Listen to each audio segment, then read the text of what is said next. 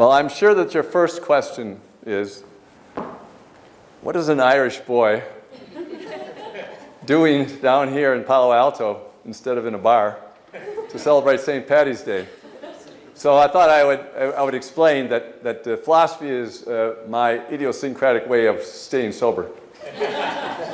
Usually drives people crazy, but it happens to make me sober. So, and you'll see how I approach it. And I'll go into more of that later. But let's talk about the history a little bit first. Becoming rational about reincarnation, I picked this topic after we talked about possibly doing a lecture because I think people don't talk about sort of the context of all these ideas that we have and how similar and different they are trying to explain life. And to me, I like this picture because it shows that we're just kind of making it up as we go along. And we've been making it up as we go along for thousands and thousands of years. And some things stick, and then if they stick long enough, everyone says, well, that must be the truth. Of course, everything that's stuck for a couple thousand years can't all be the truth because they disagree with each other. Now, there's a great analogy which a lot of people have used to try to explain that away about the truth. And that is the idea of the elephant. That there's 5 blind men and there's 1 elephant, and I'm sure many of you here have heard that analogy. But the 5 blind men come up, and one of them holds onto the tusk, and one of them holds onto the trunk, and one of them holds onto a leg, one holds onto the tail, one has the whole body, and then they all describe the elephant for what they're touching. And this is how people describe how people are approaching the truth. Now, I have a different analogy, sort of more up-to-date one. That is, visitors to New York City. Some go to Times Square, some go to the Metropolitan Museum of Art, some go to MoMA, some just come in for business and leave and think that it's all about money. Some go to the New York Public Library and think what a cool library this is. Even Alexandria couldn't compete with this, etc. So everybody has their own experiences, and not just one experience, but multiple experiences.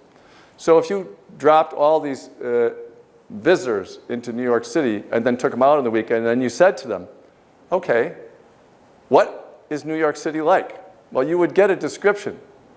But it's not even just that they would tell you the things that they know. They would tell you things they don't know as well, because they're so enthusiastic. I know New York City now.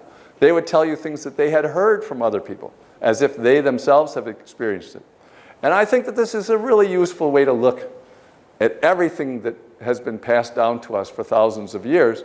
There's something to it, but we won't be able to tell what's accurate about it in some ways. But sometimes we can tell what can't possibly be true, because it's so internally inconsistent in its story. It's like a good novelist versus a bad novelist. You can get pulled in by a good novelist because they try very hard to make an internally consistent story. And if there's too many internal inconsistencies, even if you aren't aware of them, you're not pulled into the story. Something about the world they're creating doesn't quite work. So I'll get to that later, because in addition to the history, for me, it's fascinating what we can do in the present to look at the ideas that we have accepted that really can't possibly make any sense, even though the experiences have been described.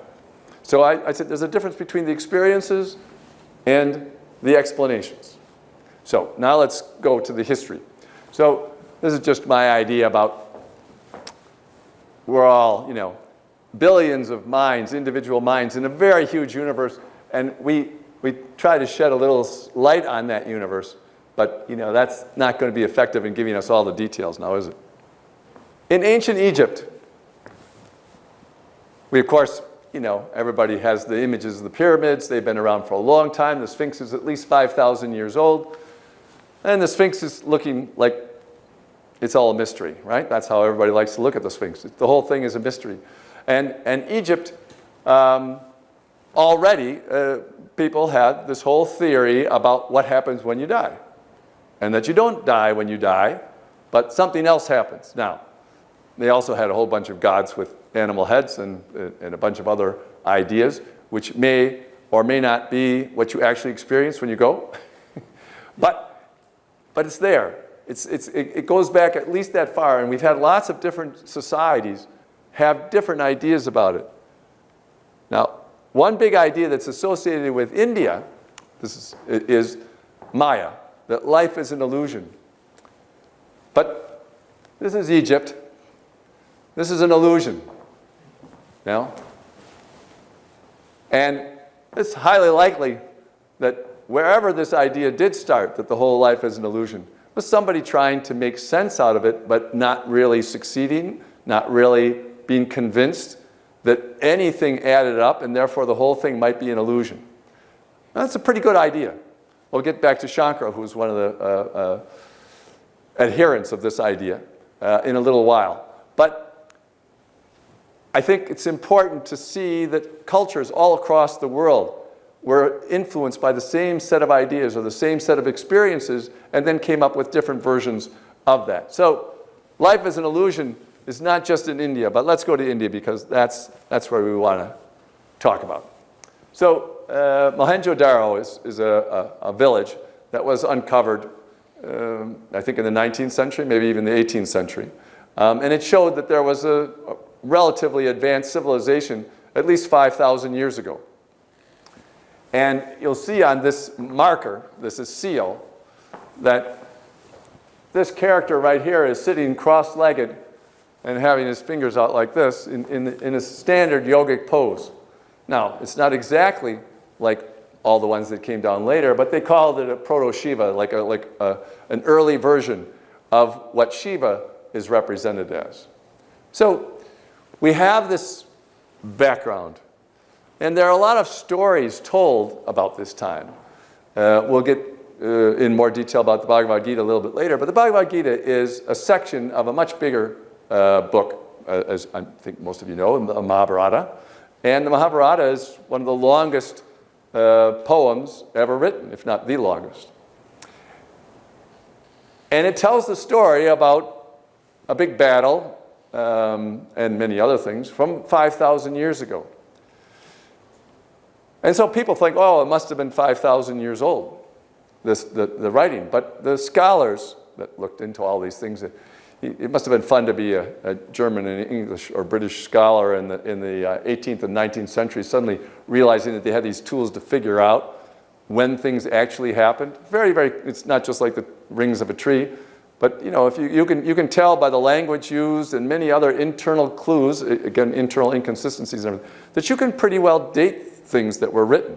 And I think that they're fairly comfortable, and I think most scholars are fairly comfortable, that the Mahabharata, including the Bhagavad Gita, was written sometime between about 300 BCE and maybe 100 BCE, somewhere in that vicinity, but not 5,000 years ago. However, well, we'll get back to that story later. So this idea, we know because of the seal and the age of the seal, we know that some of the ideas and some of the stories are definitely that old. But is the writing that old? Probably not. But we tell stories all the time. I mean, there are lots of authors who write about ancient Greece that wrote right now. And they tell the story from that many years ago, and they have sources for it, or they make it up. And there's a few writers who were very good at recreating ancient worlds, British, American, in the 19th century and the 20th century, who a lot of people love their books as if they're historical romances and so on. But they make the world seem so real that you wonder, and some of them have even said, well, I can remember this experience, and that's why I write about it. And I think that that's one of the things to remember about the Mahabharata, and anything else ancient too, is that the people that were writing it at the time could probably remember something that they had experienced, and that's why they were writing about it, because they still didn't understand what happened to them 2,500 years earlier, and were trying to get a better angle on it.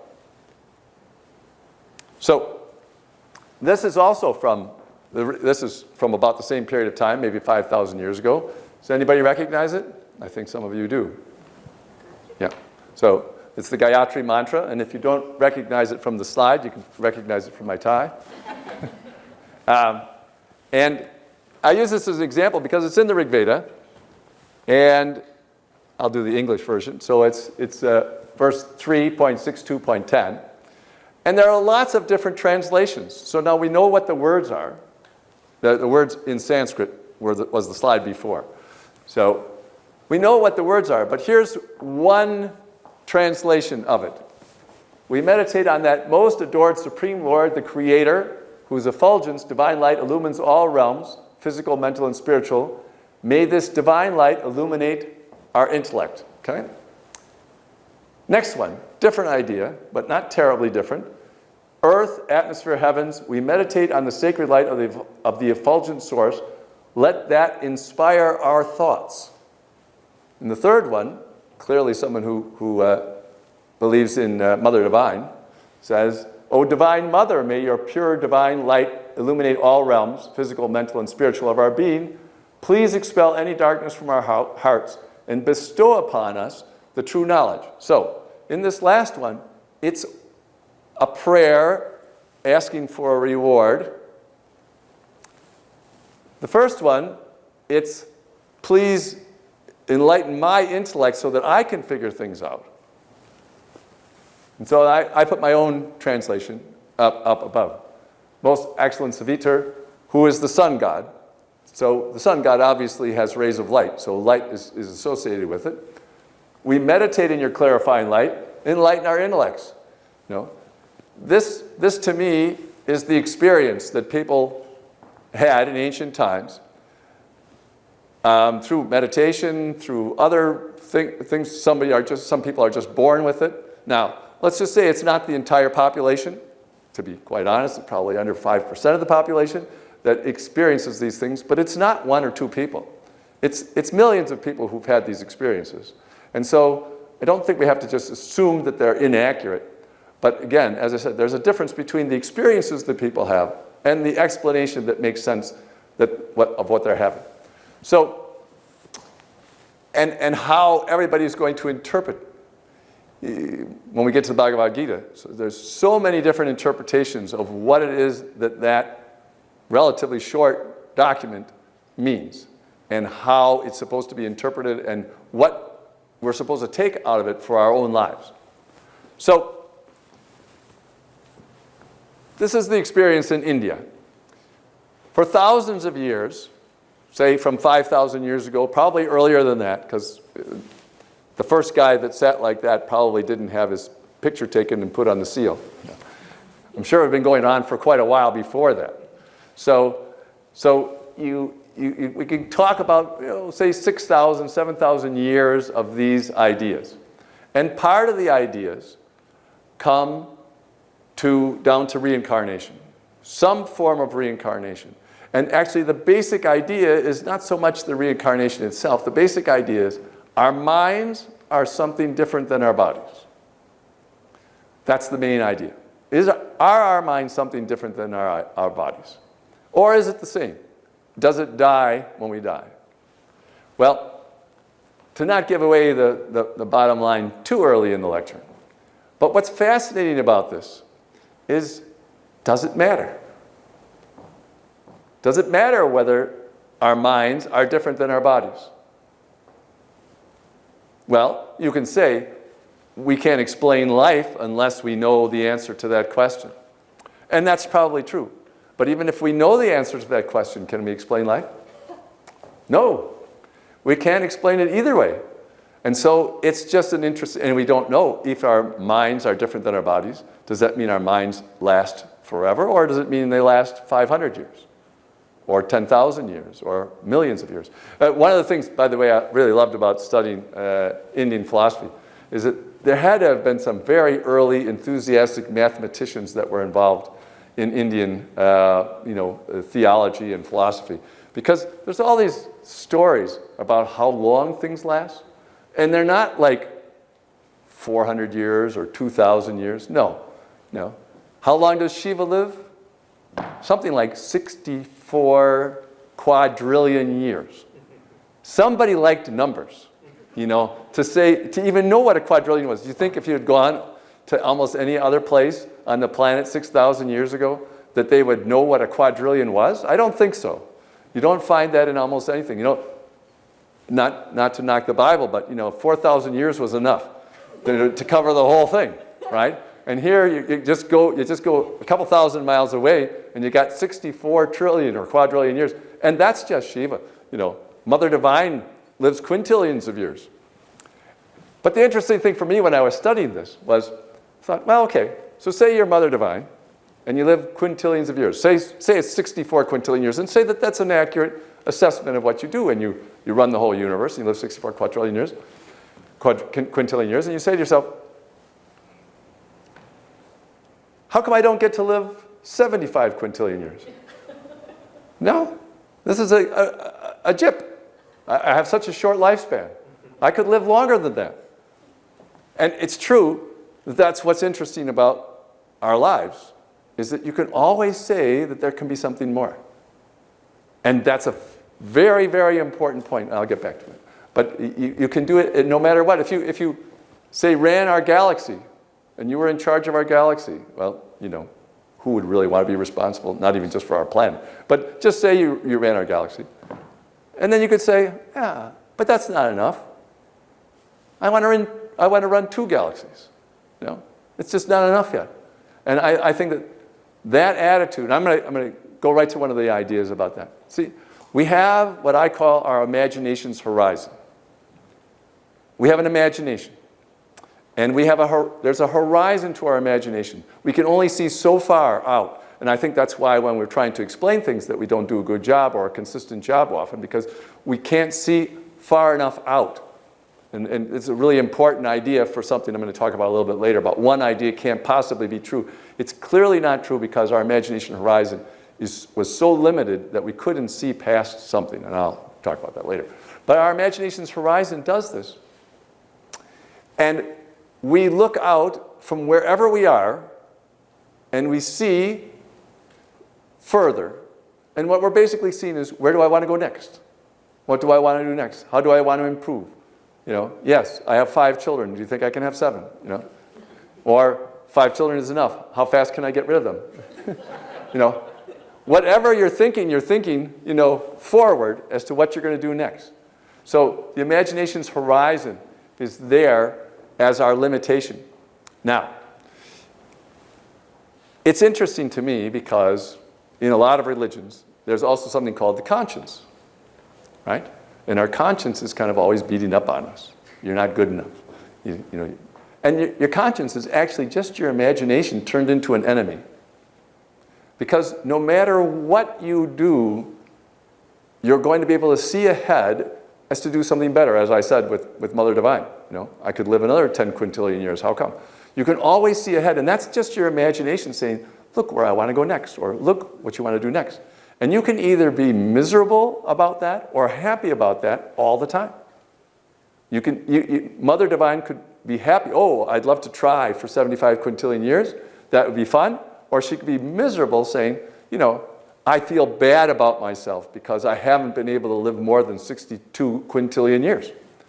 Right? And so that's, to me, the same part of our mind or the same function of our mind, either operating as our friend or as our enemy. And it seems to me it's a mistake to make it your enemy.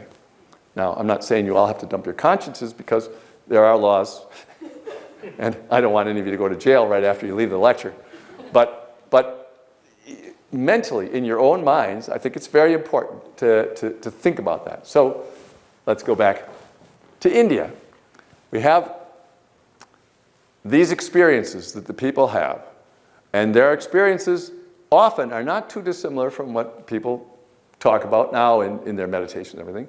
They experience light.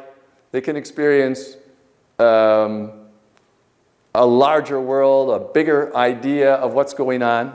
They can have experiences of meeting beings who are from the other side, or as it's called, and beings who don't have a physical body made out of light. And they talk about them as if there's an absolutely crucial thing. But let's think about it for a little bit. It's very important because it gives you confidence that there's something else going on. But what's more important than the confidence that something else is going on is dealing with death itself. And the interesting thing about death is so many people are afraid of it, right? It's like one of the biggest fears. There's only one bigger fear than being afraid of death, according to the statistics from psychologists and everything. And does anybody know what people are more afraid of than death? Living forever. Yeah, living forever. that would be intelligent, but that's not the one that the fear of being eternal would be even more interesting. Roger, you have an idea? Speaking in front of a group, exactly. Speaking in front of more people would rather die than speak in front of a group. It's true. And you say, what the? Okay, I'm a public speaker, so it seems to me pretty ridiculous. But you know, the interesting reason for that, if you think about it, why do people not like to speak in front of a group? They don't like to speak in front of a group because everybody is thinking different things about you while you're speaking. And it's very hard to keep everybody happy, you know, because they're all thinking different things. Thinking too tall, too short, too bald, you know, etc. And so all of those thoughts interrupt the flow of most people when they get up on stage and they're nervous about how the experience is going to be. And there's all kinds of tricks that people are taught in order to be good public speakers, you know, pretend everybody in the audience is naked, that, you know, those kind of things, right? And they do tell you things like that. It's, I think, a really foolish and distracting way to try to give a lecture. But what really counts in giving a lecture is to understand everybody will have a different opinion and will gain something different from your lecture. But that's okay. That's the way things, that's reality. That's the way it is. And you should be speaking to that rather than to your hope that you could say something and everybody would get it, absorb it, and then move on to the next point. You know, that's not the way it works. And all you have to do is be realistic, and then everybody's thoughts don't bother you. Now, it's an interesting idea that you can actually feel everybody's thoughts, because that kind of goes towards what we're talking about here. Is our mind something different than our body? Because you can feel when a cat walks in the room that there's a new presence in the room, even if you don't see it. Now, you might be feeling or hearing the soft pads of their foot as they walk in. There might be some senses involved, but there's something else too, and that's the mind that walks into the room. So we have this thing going on in India, and as I was saying, there's no reason to be afraid of death, and I think this is one of the things that became the most, you know, important part of what they were talking about reincarnation. That is, you live, you are something more than your body, so have confidence. Have confidence in yourself, in your life, and don't be so afraid of death. Now, as a philosopher, I'd say there's an even easier way to get there, and that is to just think about death for a second. Okay? So there's one of two possibilities, right? Either death is the end, or it's not. So, say it's the end. What is fear? Fear is your anticipation of unhappiness. It's the emotion caused by the anticipation of unhappiness. That's the pattern that I see. How can you be unhappy if it's the end? You won't be there to be unhappy. If you die, you're not there going, I'm so mad that I'm dead. You know, you're just not there. And so there's no unhappiness. And so you shouldn't, especially this gentleman who knows that you can be afraid of eternal life as much of death, you know, you really shouldn't be afraid of death if that's the end, because you're done and that's it. Now, on the other hand, if you still exist, then you have the fear of eternal life, or you at least have the fear of your own personality. Now, a lot of people are afraid of their own personalities. So, but if you can get comfortable with your own personality, you have nothing to fear from death, because it's either one or the other. Either you're not there, or that. So that idea all by itself can take care of the fear of death. Whereas if you think, I exist longer, then you're just kind of putting off this fear because you don't know how much longer. So even if you live, as Mother Divine is supposed to, 62 quintillion years, you know, that last quintillion years, she's probably thinking the whole time, do I continue to exist after that time or not? You know, do I get another life? Do I get another 62 quintillion years? Or is that it? So the timing is relative. I think sometimes that the theory of reincarnation started from this idea about death and should we be afraid of death and do we exist and all that. In India anyway. And then some tyrant king said, oh my, this is going to be really good for keeping my people in line. I'm going to say that every good thing that they do will get them a reward, and every bad thing that they do will get them punished, because most of them do more bad things than good things. And therefore, I'm going to have a total hold over these people. And so, Tyrant King comes up with this theory of karma. Now, this is probably not how that theory started. I only make it up like that because I find it charming that could be how it started. But I do think that the reason, what's internally inconsistent about that idea is that it implies that a tyrant king or a politician would have so much conscious awareness that he could figure something out like that. And I don't really think we have a lot of experience with either our politicians or our royalty that that's probably true. So I'd say that's internally inconsistent. But in any case, it's still charming. So we have this idea that karma came. And now I'm going to talk, in my talking about reincarnation, I want to talk about it apart from the whole theory of karma. Because people assume that those two things are absolutely crucial to each other, but I don't think so at all. Okay. So, then what happened was, in ancient Greece, around 600 BC or so, there's a guy named Pythagoras. And he could remember his past lives and said so. And if you can imagine how upsetting this was in ancient Greece, all you have to do is look at one of the first things written about it. One of the oldest things that's known, having been written about Pythagoras when he was still alive, was by a satirist who was making fun of him, saying, oh, yes, the Pythagoras guy, he was walking down the street and he saw a dog yelping in pain because his master was beating him. And he went up to the owner of the dog and said, don't beat that dog. That's one of my friends, and I don't want you to be mean to my friend. Now, those of you who are aware of Socrates, who's made fun of in a story called in a play called The Clouds as well. So, all times, philosophers are easily made fun of by people who, unfortunately, have been very good writers, and therefore they've lasted. But that's the first thing, and Pythagoras, who's of course known for his mathematical work in the West, was known mostly as someone who believed in reincarnation and talked about it. One of his stories, one of his memories was a double life memory, which was really quite interesting. He remembered that in one of his previous lives, he had gone to a museum that had been put up after the Trojan War that had the different shields and weapons of the people who had died in that war.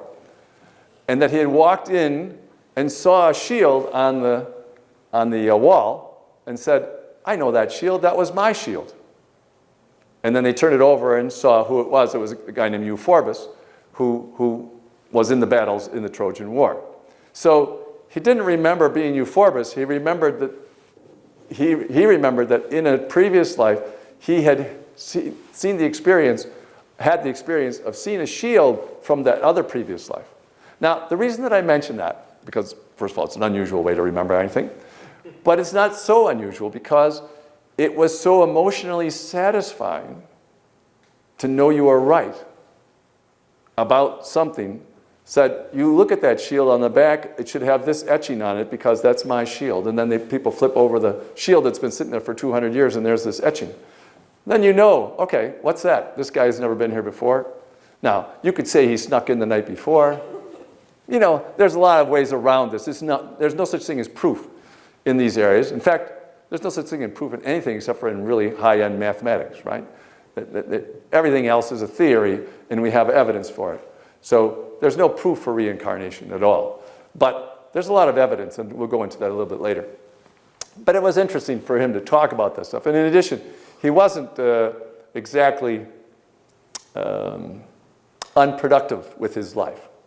Sometimes people start talking about these things and they're so unrealistic or whatever. Everyone says they're so unrealistic. You get nothing done. This guy got a lot done. We won't go into that. But, in addition to the science and math, he had a whole community that he founded, et cetera, et cetera. So this is a 19th century Russian depiction of what the Pythagoreans were like. Probably not at all the way they really were. But that's how we look at them. So this is one of Pythagoras, and that's Plato. Now, some people are aware, but most people aren't, that Plato considered himself a Pythagorean. He lived 150 to 200 years after. And at the same time, there was a very interesting man called Archytas, who was the boss of Tarentum, a town right on the boot, the heel of the boot in Italy. That whole southern part of Italy was all Greek at the time. They were Greek colonies. They had too many people in the cities, and they all moved over there starting around 800 BC. Syracuse in Sicily. Anybody who's been to Sicily knows that all the temples are still left over from the Greek times. So this Archytas character, I mentioned him because it's fascinating. He was a mathematician. He was pursuing a lot of the math, but in addition to that, he was a military leader and a political leader and a cultural leader all at the same time in this town. And Plato had a delusion, among some of the other ones. He had a delusion that he could turn the tyrant of Syracuse into a philosopher king and make Syracuse a much more wonderful place to be. And he'd gone and taught the father and hadn't gotten anywhere years earlier. Now he's in his 60s, and he had been the tutor for the son before. Now the son was the new tyrant, and he thought he could, since I was his tutor, I can maybe get someplace. And he was invited by another relative in the family that also knew Plato. So he came, and of course he got in trouble real quickly, and the former student of his, now the tyrant, didn't say he was going to kill him, but put him on a ship and told the sailors to throw him overboard. So he gets thrown overboard, but fortunately at the time, the ships used to hug the shore, because they didn't want to go too far out into the Mediterranean. So he was only about 3 miles offshore. He was 64. He was in good shape. He swam to shore, exhausted, but not too far from Tarentum. And his friend Archytas, who he had known from before, found out about it. They sent someone to him, and he went and stayed with Archytas for a month, recovered, and then went back to Athens and said, I'm not trying that again.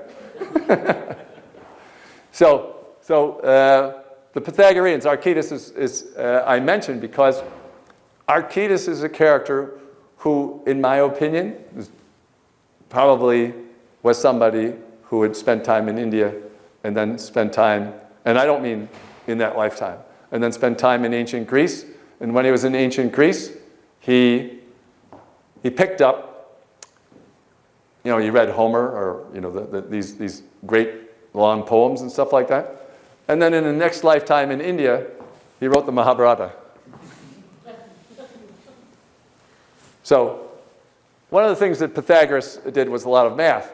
And people love ancient Greek architecture. And it's because they use so much math in it.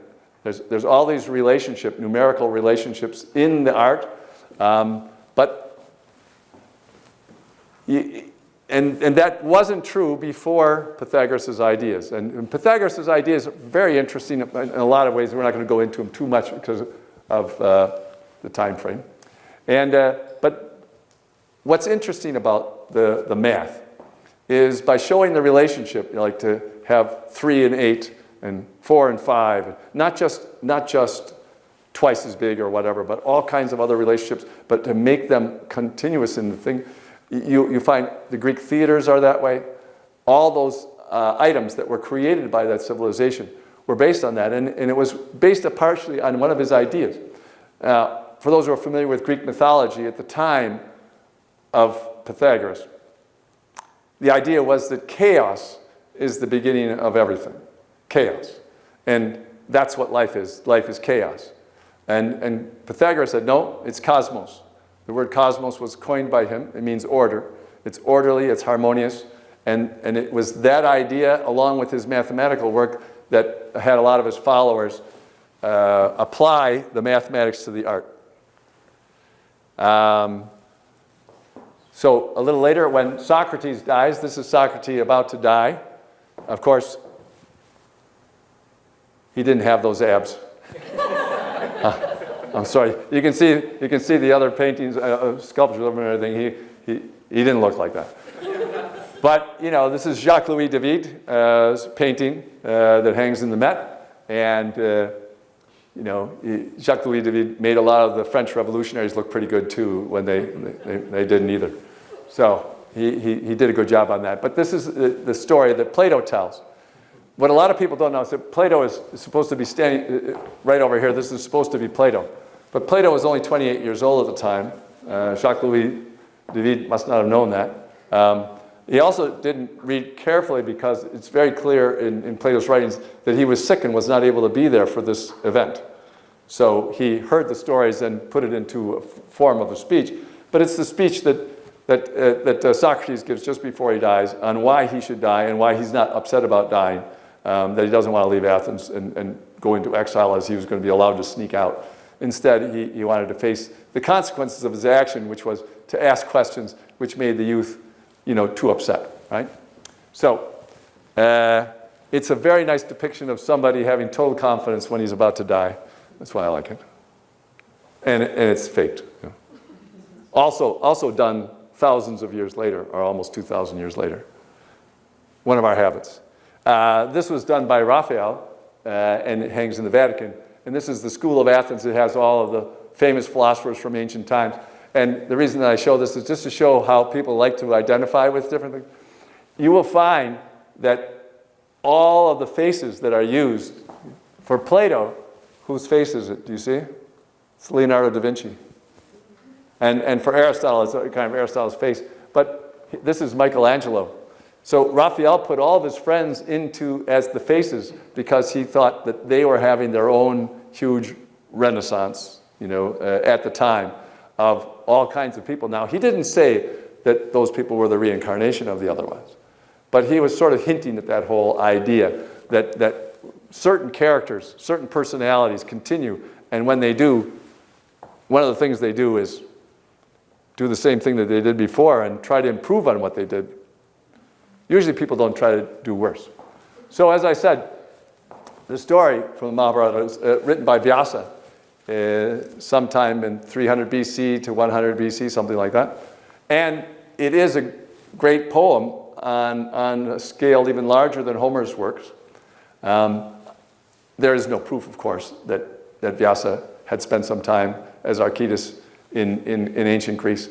But there's an interesting difference in his approach to the writing, which didn't exist in India before. So wherever he came from, he had that idea someplace.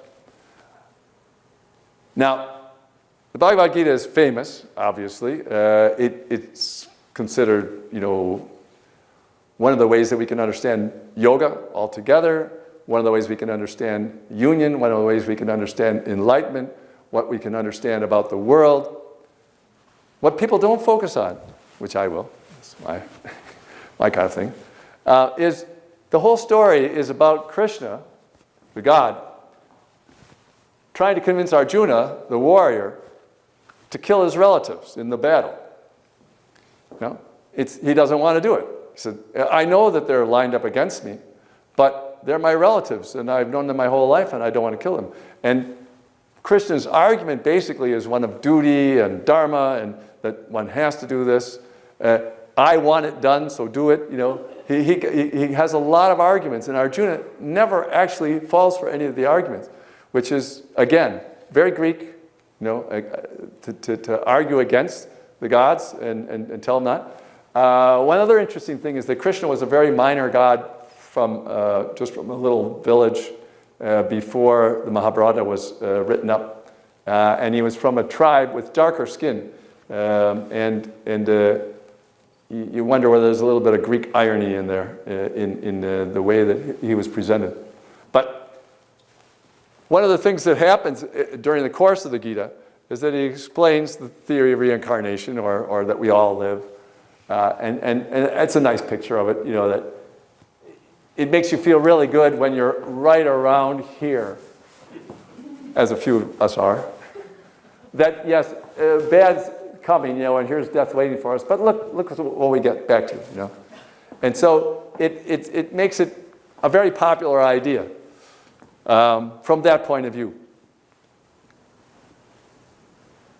But this is in one of the verses. Krishna says, "There never was a time when I was not, nor you, nor these rulers of men, nor will there ever be a time when all of us shall cease to be." Okay?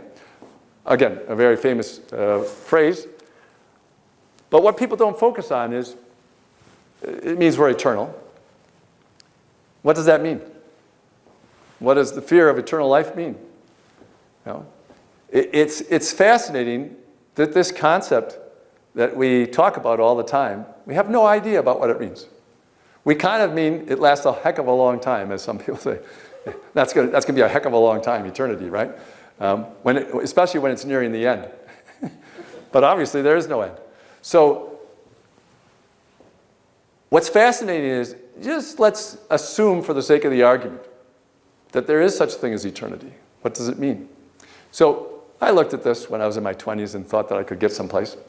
And if you think about it, one of the things that I thought about was, how could change begin?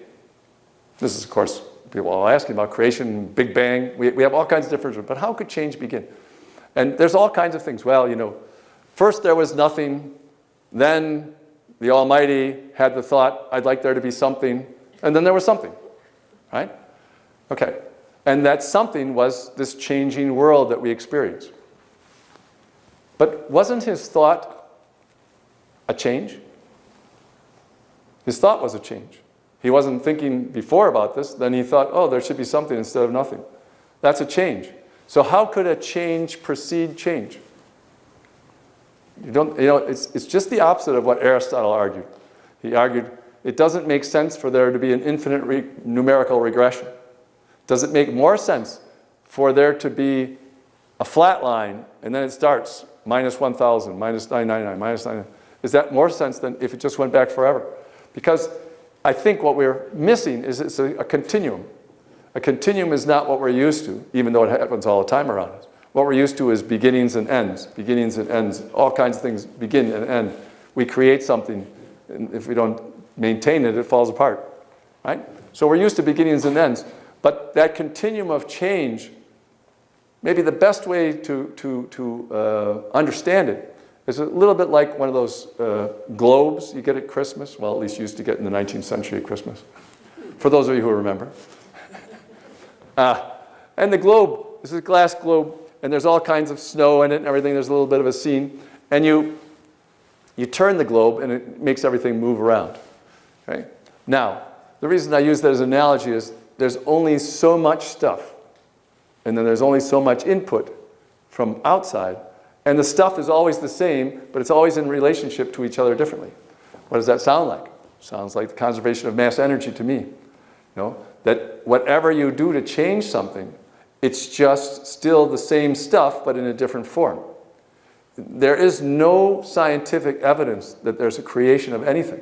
There's only the evidence that we can keep changing the form of things, right?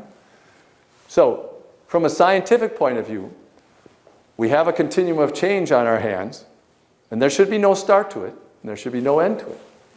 Now, that's not focused on often, but I think a very interesting definition of eternal would be anything that is not influenced by the continuum of change.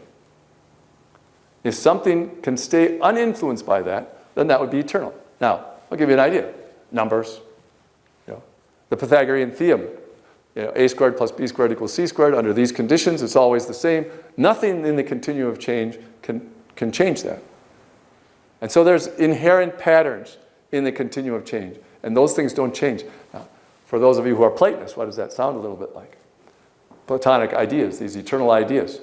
It is, I think, my opinion, again, is that he personified those ideas too much, but he was making his way towards inherent patterns, concepts, the things that explain to us what's happening, those inherent patterns.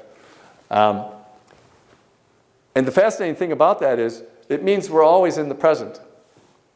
And there only is a present. One of the things that really fools us about life is our memories. Just like our imagination can fool us into becoming a conscience, our memories. We all remember our childhoods. We all think, oh, it'd be nice to go back to the home and see what's going on there. As if that home is still there.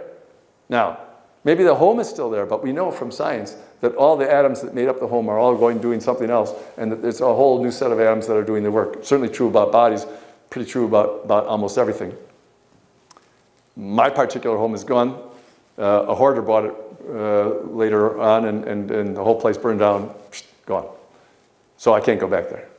But you can't ever go back into the past at all. That's why we play with time travel all the time, but we never experience it, except for in Harry Potter 3. So we don't experience it because there is no objects outside of the current time. There is no mass outside or energy outside of the current time. Everything that was there that we remember, it's just a past state of our current situation. And we think of it visually, and therefore we think it should still be there, but it's not. And whatever is going to be in the future, we don't know, but we have to make it happen. So we have material to play with, and we're doing something now. And this is an argument in favor of reincarnation. If the theory that says that everything goes to entropy, the second law of thermodynamics, in matter, it all goes to entropy, then we should never experience anything that's anti-entropic. All our chairs, all our bodies, all these, everything that we deal with all the time.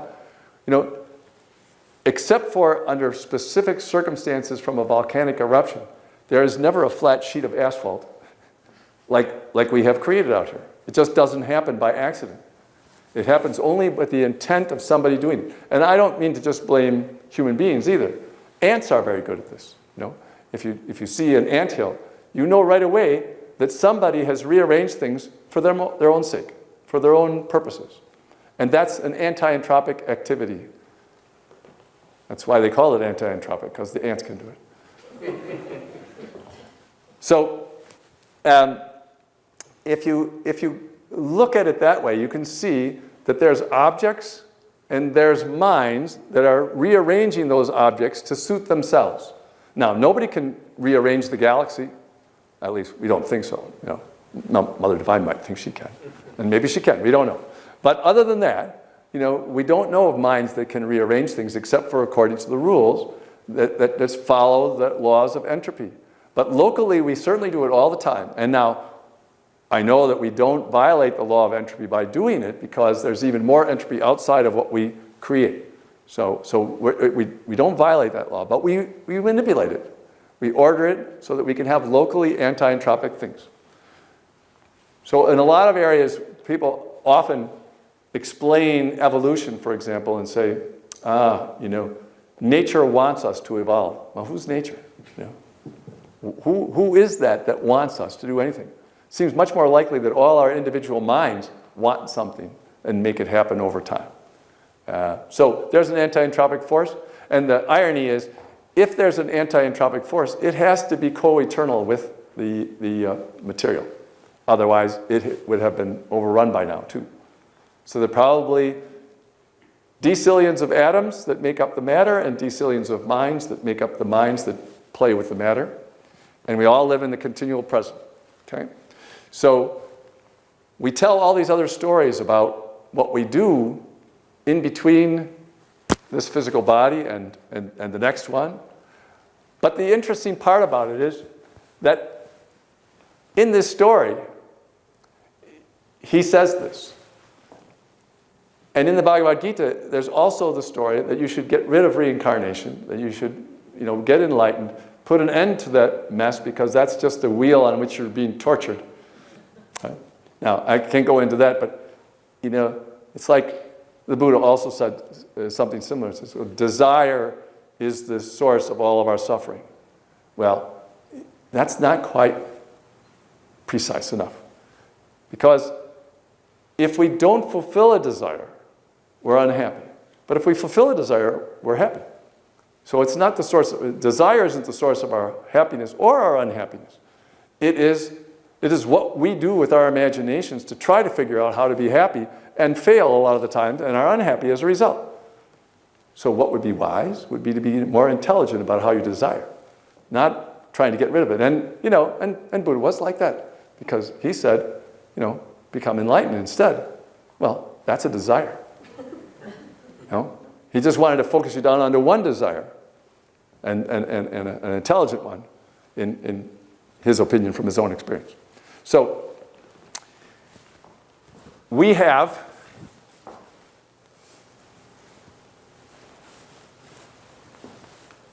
in the Gita a long story where all those ideas are being explained, and Arjuna just never catches on.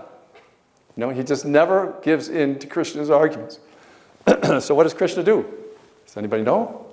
He says, just do what I say, I'm God. And he has a big scene where he shows that he's the destroyer of the worlds and the creator of worlds and the creator of the universe and everything like that. Doesn't that sound a lot like the book of Job? No, it's like you just run out of arguments and you use your power play, right? So, unfortunately, Arjuna didn't know that there are yogic tricks like this where you can create this image. A lot of yogis talk about it. You can create this image. And so Krishna didn't even have to be the ruler of the universe. He could just have created the image. Arjuna was going to listen to that image. I can guarantee you. He did go listen to it. It's a very effective argument, but it's not a metaphysical explanation.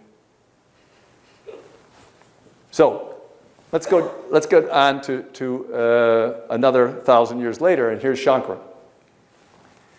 And Shankara is the founder of Advaita Vedanta, and in terms of the oneness of everything, he pushed the arguments logically as far as they could go, and in the end he said everything is an illusion. Oneness is all that there is. We have this one mind. Right? Now, I've already explained what I think, that there are all these minds and all this matter, and that we're all individually doing little bits and pieces to it. So I don't think that that's the final word.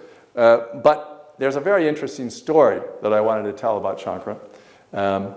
Shankara told, a story is told about him that, well, first of all, Shankara was very young, as he shows in the picture. He was about 16 years old when he started arguing with people, and he only lived to be about 32 years old.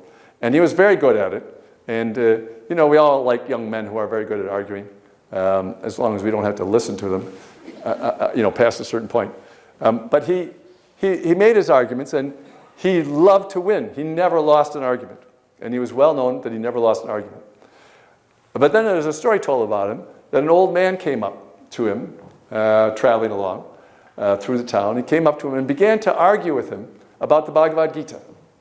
And Shankara had just been writing his commentary on the Bhagavad Gita.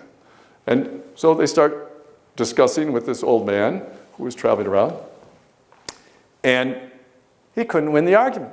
He didn't lose the argument, but he couldn't win the argument. And it went on for 3 or 4 or 5 days. And it was a neutral ending. And then one of his disciples, one of the 4 disciples, said to him, that wasn't an ordinary old man, that was Vyasa. Right? That was Vyasa come back to test you to see whether you really understood the book that he wrote. Okay.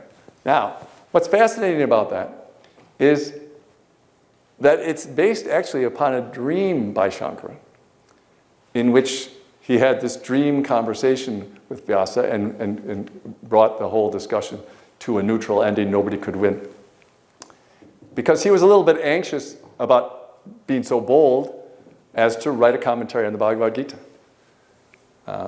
But he actually, I think, in his dream, realized that he and Vyasa were the same soul. And that's why he could write about it, as well as Vyasa did.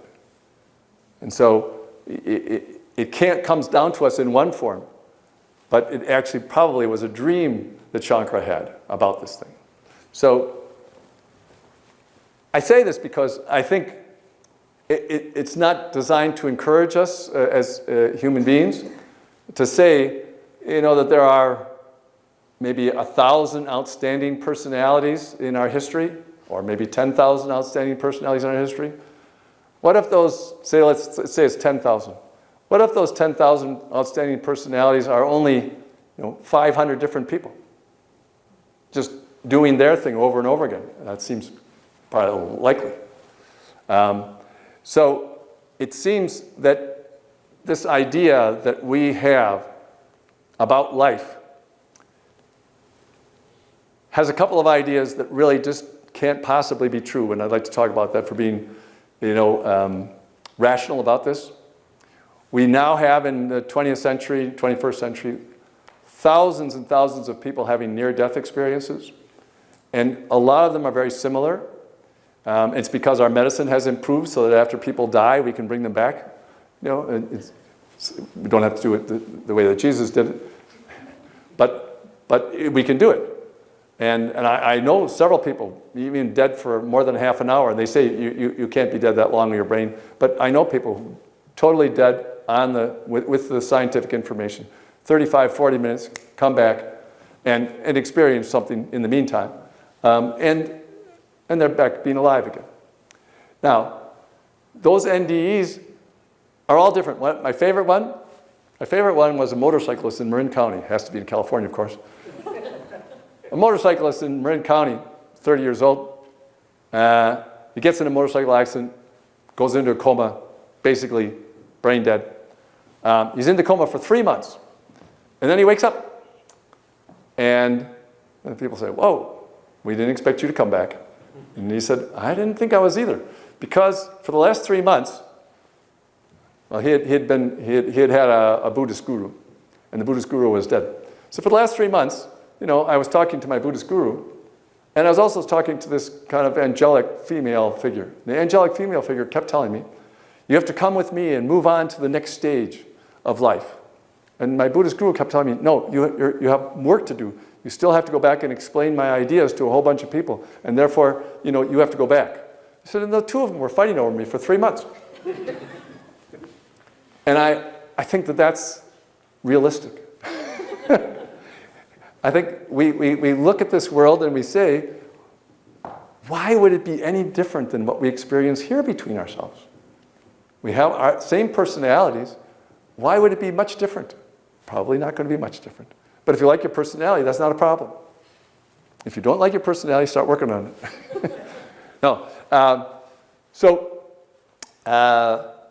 The idea that I wanted to talk about that can't possibly be true in our attempt to try to explain, we have these experiences, as I said, but I don't think we have a decent explanation for them. And to explain them better, I think we have to get rid of 3 big ideas that are in our way. One is the tyrant king. Most gods, including Krishna, most of the time he's nice, but sometimes he's a tyrant king. Most gods have at least a couple of experiences or a couple of stories told about them where they're basically tyrant kings, right? And some gods have, that's their main personality as far as everyone is concerned. Now, why? We can understand from our point of view that if you go back 5,000 years and somebody's writing about what they imagine with their imagination's horizon, what they imagine God would be like, they can't imagine anybody having a lot of power who wasn't a tyrant. Because everybody who had power was a tyrant. Even little local power people were tyrants. And I don't mean the president of the PTA. Sometimes they're little tyrants too. But that was the only experience that people had. And now, why did they only have that experience? Because that's what people are like who steal power, who really don't have it legitimately. They're all nervous. Someone's going to find out that the emperor has no clothes, right? And so they got to keep everybody off guard, got to keep everybody, So they are tyrants because they illegitimately have power. Now, God, does he illegitimately have power? If he exists, he's got all power. He lives forever. He made everything exactly the way he wanted to. What has he got to be upset about? Nothing. And why would he be a tyrant? He couldn't possibly be a tyrant because the psychology doesn't fit his facts. It's internally inconsistent. Not only is it an insult, but it's internally inconsistent.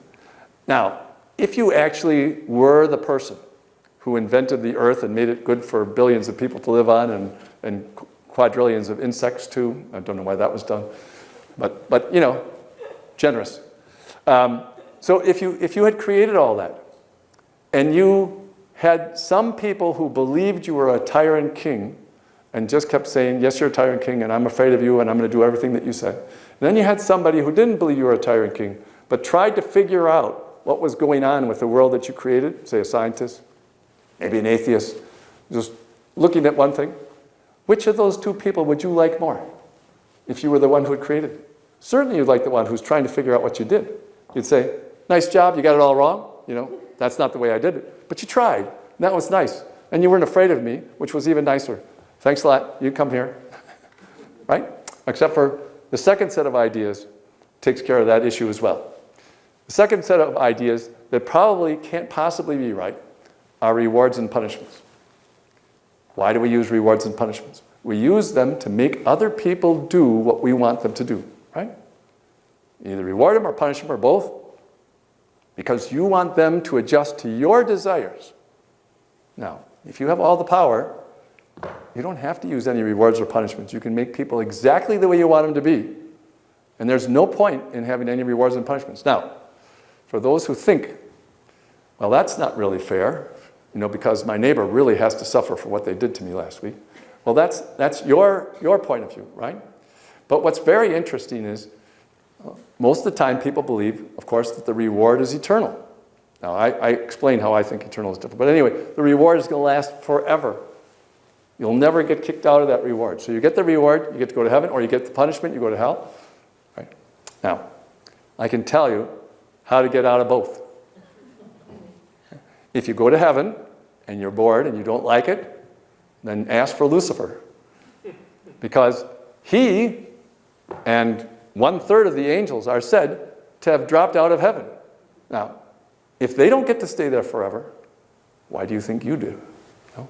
That's an internal inconsistency in the story, a very major one. As far as hell goes, yeah, it probably doesn't exist because it doesn't make any sense, as I said, about rewards and punishments. But if it does exist, what do people do to get out of being punished, being so severely punished and miserable because of it? Well, they become masochists. They begin to enjoy the pain that's being inflicted on them. Now, I'll mention at the same time, if you don't have a body, fire isn't going to hurt you. If you don't have a body, cold isn't going to hurt you. Because it's all about your nerves breaking down and your body breaking down, and that's why there's pain. So that whole imagery can't be right either. But the whole idea of rewards and punishments can't be right on top of it, because if God knows everything, he knows exactly what he wants, and he creates everything, it's exactly the way he wants it. Yeah? And therefore, he doesn't need to then say, oh, but I made some mistakes, so I need to have a whole bunch of rewards and punishments to get people back to where I wanted them to be. It just doesn't add up. So another internal inconsistency. The other one is good and evil, the dichotomy between good and evil. We think of it, I'll just do this as a quick analogy. Good and evil are a lot like hot and cold. Hot and cold are relative perceptions of an objective reality. The objective reality is the amount of temperature in an object, right? The amount of internal motion in an object is its temperature. However, we are 98.6 degrees. So 120 degrees looks hot to us, and 32 degrees looks cold to us.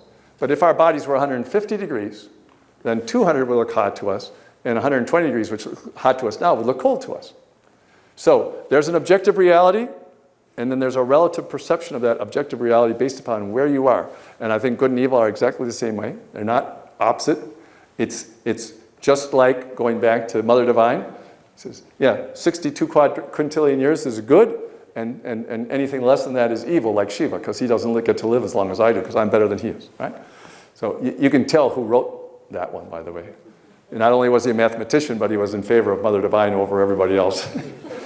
But if you see that, you'll see that good and evil are just terms that we put on something based upon our perception of ourselves versus other people. Now, whether your perception of yourself and how good you are, how virtuous you are, is true or not doesn't make any difference. Because you might think, like one of our politicians, that you're the best man in the world. A lot of other people don't really think that about you. But that doesn't matter because you're perceiving it. It's your own perception that's crucial. So those three ideas, obviously, are all big ideas in every explanation. And what do you replace them with? What's interesting is that there's a kind of we have intuitions, and we've had them for thousands of years about how to explain the world to ourselves. And some people are good at it, and some people are bad at it, but no one's been perfect at it, getting the right explanation. And so some ideas have resonated with other people, and we've adopted them, and they're decent. But that doesn't mean they're the final word, just like, you know, the Big Bang probably won't be the final word about the universe either.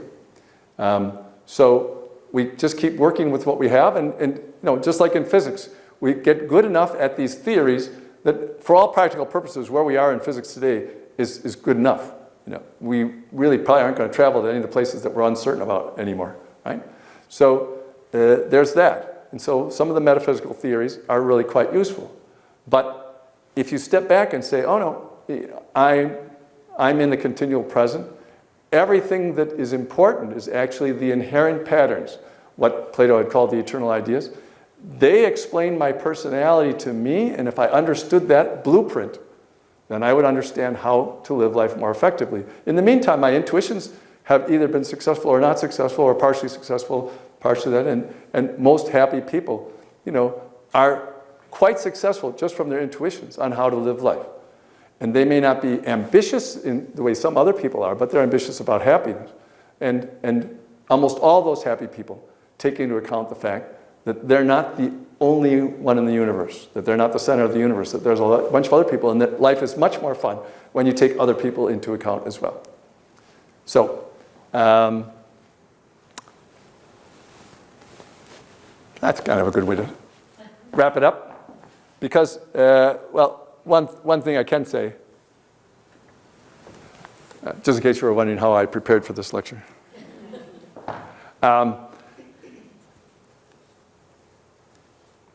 The way that we deal with our daily lives is, of course, up to us. We're the only ones. One of the things that's very valuable to know in this whole process is that you're indispensable to yourself. Nobody else makes any of your own decisions. Now, you can become a slave, obedient to somebody else, and do everything they say. But all of you who have 2-year-olds know, all you have to do is say no. You know, and that's it. And there's lots of people being obedient as slaves who, in their minds, are not obedient in the slightest and are looking for an opportunity to no longer be obedient. And that's why I think it's valuable on our way to democracy for the whole human race, and is to see that we're all individual minds, and that we really, everybody should have more power, and power to recognize that that's true and not be enslaved by anybody in the various ways we do it. The worst of it was gotten rid of in the 19th century, but there's still so many different other variations of slavery that exist. And it's ironic because it's all in the pursuit of an illusion, because no one ever has power over another mind, because they can always say no. It might cost you your life, but that's not going to get your way if you understand what I just said. And therefore, you can get out from underneath people who want to enslave you. And I can guarantee you, since everybody doesn't think this way, that as soon as the people who want to enslave you realize that you're not going to fall for whatever they're doing, they'll go to somebody else, because the game is no more fun if you don't give in to them. So,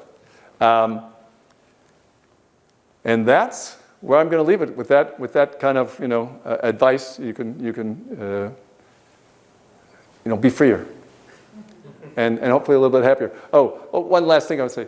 Those patterns I was talking about, the inherent patterns, that was another part of the work that I did in my 20s. If you look up on the internet, the patterns of our personalities, George Hammond, you'll find lectures and notes on it and stuff like that. Because I think our emotions can be explained and what we're up to as well. And once you have those patterns, it's very interesting. Metaphysics is interesting, but it doesn't actually change the patterns. So you can believe whatever you want to about what things mean and so on. As long as you have the blueprint about how our personalities work, you can live life perfectly reasonably and successfully without knowing the final answer to anything. Thanks a lot. We can take questions if you want to ask a question. George, excellent presentation. You raised quite a few ideas, that sort of stimulate my thinking. I want to focus on the reincarnation part of it. Mm-hmm. So just let me set it up, my question. So in Vedanta, there are three levels of reality. There is the Sat, which is the absolute truth. There is the Mithya, which is the apparent truth. And there is the Asat, which is the non-truth, right? Now, in Vedanta, the idea is that there is only one Brahman, and Brahman, through its creative potential of Maya, gives rise to the multiplicity, which is the universe, right? Now, the universe is operative in a dualistic principle. So everything that is manifested operates in the dualistic principle, whereas Brahman is the non-dual. So it is sometimes said that Brahman is the uncaused cause, and the universe is caused. So, Brahman is the cause and universe is the effect.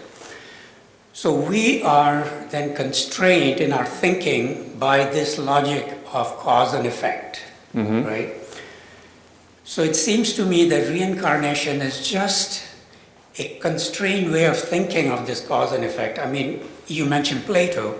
Plato talked about transmigration of souls, and it was based on cause and effect. So it seems to me that the belief of reincarnation is simply constrained by our thinking that there should be a cause and effect. And also, this is something that I sort of try to figure out, and I want to hear your perspective. And what I was thinking was that the point that you made is a good one, which is that there are all these experiences from antiquity, you talk about Pythagoras, etc., all the way down to this person in Marin County, that they relate something that points to, reincarnation. But on the other hand, in a statistical distribution, you can have an extremely long tail, and that can have a likelihood of something happening 1 in a trillion, but it is not impossible. So it seems to me that those events or those ideas can be explained by these black swan kind of events, right? So I'm wondering what you think about that. All right. Well, I would say, prior to the near-death experiences exploding in the last century, that most people would agree that these are just so outliers, that we really don't have to take them into account. I do think a very mild form of an experience that we are something more than that seems to me somewhere near 20% of the people have a visit from a dead relative that they may or may not say that was the dead relative. They have questions about it, but a very high percentage of the population has that experience. Another experience that everybody has is dreaming. Our minds, where do our dreams come from? If our minds are made of light, like most people experience in the NDEs, then the fact that when we close our eyes and go to sleep, we have these worlds that we create out of light makes a little bit more sense. And there's been a lot of research on blind people, born blind, also dreaming visually, and there's no experience on which they can base that unless they have had previous experiences. So I agree that it's an extremely minor thing and that there's no proof. I would say that if people get more comfortable about the arguments and say, okay, it's possible, because one thing that's really important is this is a theory, it's not a belief. So believing that it's true or not doesn't change anything about the reality. We believed for a long time that the earth was flat, never was flat, that kind of thing. So I'm totally in favor of the scientific, what makes the most sense, what's most reliable. But I do think that if people aren't so afraid of death, that they will not be as afraid of all the mistakes they made before they were born. I think most people emotionally don't want to remember their childhoods for the same reason, for the pain, and to stay away from the pain. So there's an explanation for that. That's in terms of how popular it is and how widespread it will ever be. I don't think it'll ever get more than 2 or 3 or 4% of the population. But at the same time, to go to Advaita Vedanta and the theory. As I told you earlier, I studied with Maharishi Mahesh Yogi when I was in my early 20s, and he used to say reincarnation is for the ignorant. It's like only if you're ignorant do you have to reincarnate, and therefore just forget about it. It's totally unimportant. And it's interesting because, in my opinion, he did so many really good things. Most of the errors he made was because he didn't remember having made that mistake in the past. If he had remembered his past, if he had not thought it was just for the ignorant, I think he wouldn't have made the same errors that he made from a business point of view and his organizational point of view. Or trusting people that he ought not to have trusted. If he had remembered his past, he would have known not to trust those people. So that kind of thing. Now, Advaita Vedanta, in its oneness and the Maya idea, the illusion. If you talk about Brahman as the one reality, then even so, we all experience the duality, as you said. Everyone experiences this duality. So it had to have some reason for its creation. Now, what is often said is that the reason is for us to find our way back to Brahman, find our way back to the oneness, and therefore merge with him again. The only thing about that that's odd or internally inconsistent from my point of view, again, just theoretically, is what would the point be of being one and saying, I'm lonely or whatever, and I'm going to create everything. And the whole point of that is all to come back to me so that I'll be all back to being one again. Then you're back in the same problem that you had originally, that you were trying to solve if you were Brahman. So I consider that an internal inconsistency in the theory, and I haven't read a really good explanation of why it's being done, except for if the personality of Brahman comes closer to a tyrant king, either to trick people, to deceive people, to show them that the suffering wasn't worth it, to all kinds of things. And one of the other arguments along that line is, if you could learn to be one without all that suffering, why isn't that the way that was chosen? Okay? And now, one of the arguments about creation and creation of our personalities altogether is, if a being who knew what he was doing, or she knew what she was doing, could make personalities, let me go back to, first of all, how people think about this. Almost all religious beliefs set a standard for your life, how you should live your life. And if you're above that line of the standard, you get the reward, and if you're below the line, you get the punishment, right? Now, how many people do you know who are very religious and believe in that? How many shoot for as high above the line as possible? Almost nobody. Almost everybody dances on that line as close as they can because they have this fundamental belief that what's below the line is where the fun is, and what's above the line is where the duty lies. And therefore, you're trying to get as much of the one without ruining the possibility of the reward later on. And we're trying to outsmart an omniscient mind. Just saying. That's probably not going to work if that's the way it is. Okay? So with that kind of background, that same being can create some personalities, we all call them saints, some personalities who have seemingly no trouble at all staying way above the line. So we make role models out of them and everything like that. Okay? So he has no trouble making that, or she has no trouble making that. Why isn't that the only kind of personality that he makes? Then everybody would win at the game. That's, to me, another internal inconsistency in the idea.